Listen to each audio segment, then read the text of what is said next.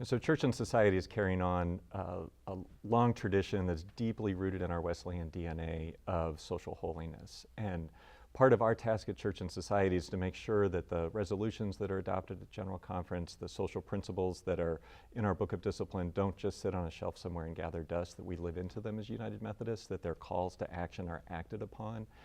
We understand as United Methodists that we have to be about God's work in the world, right? We have to be about more than just the sense of personal holiness, that it is deeply connected to our sense of social holiness, civic righteousness. And so we are grateful for the opportunity to invite United Methodists to take action, to live out those words, whether that's to increase health care for all, whether that's to ensure that we have a living wage in every industry, which is something we've been calling for as a church since 1908.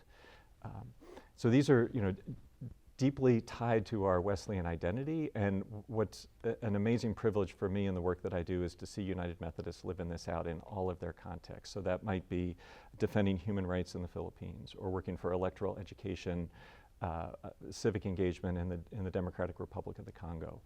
It might be exploring access to healthcare in Mississippi, or across the street at the U.S. Capitol when there are questions about how we might fund nutrition programs in the United States. So that's the work that we do at Church and Society, the work we invited United Methodists to do, and it is deeply connected to our Methodist heritage. So we're really grateful for the work of General Conference. We understand that as delegates come together and work on resolutions, work on changes to the social principles, work on our disciplinary mandates, that really informs our work in the next quadrennium. That is the work that we are tasked with at Church and Society.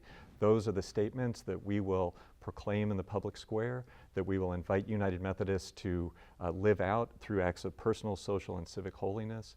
That really sets the agenda for our church and an expression of our social holiness in the world today.